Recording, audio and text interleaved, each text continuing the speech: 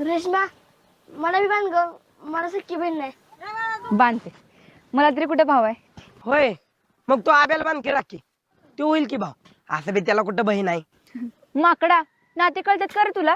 मी त्याच्या मामाची पोरगी लागती. ती तुम्ही गावात उचलवट आला होता पाहुणे म्हणून, त्यामुळे सगळी तशी म्हणायची. पण आता झाला की गाडग्याचा पवारांच्या गावात येऊन काय. मध्या काय बी बोलू नका सा. आता पवारांच्यात लग्न झालं तर होणार पवार.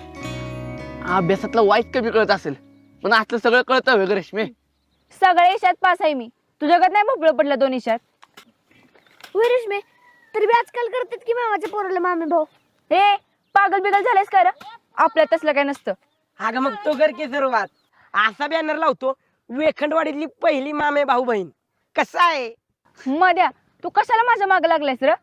जास्त नाटकी केलीस ना तर ज्योतीला सांगेन तुला राखी बांधायला. ए बया, असं काय करू नकोस, तुझ्या पाया पडतो. आमच्यात काय येऊ नका, तुम्ही राहा मामाची समझ रहे हो? समझ रहे हो आप?